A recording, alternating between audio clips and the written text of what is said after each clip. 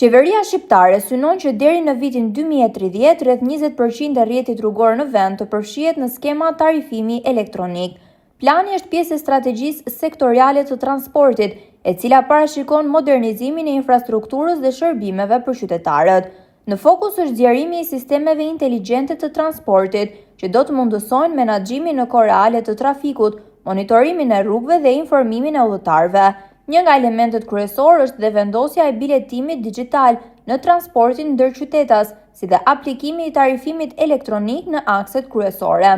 Sipas strategjisë, do të përgatitet kuadri ligjor dhe teknik për zbatimin e këtyre sistemeve, në përputhje me standardet europiane.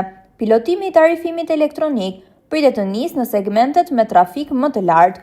Njëkohësisht, qeveria parashikon krijimin e një fondi të posaçëm, i cili do të financohet nga tarifat rrugore dhe pagesat për karikimin e mjeteve elektrike, me qëllim mirëmbajtjen e infrastrukturës.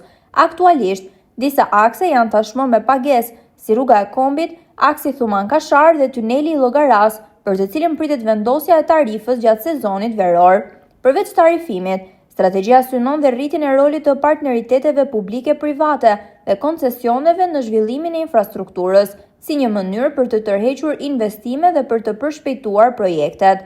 Ndërkohë, janë krijuar dhe struktura të reja për menaxhimin e këtij sistemi, si enti kombëtar i operimit rrugor, si dhe shoqëria Mob-Ale fokusuar në biletimin elektronik dhe menaxhimin digjital të transportit publik. Autoritetet synojnë që përmes këtyre reformave të rrisin cilësinë e shërbimeve, transparencën dhe mirëmbajtjen e rrjetit rrugor në vend.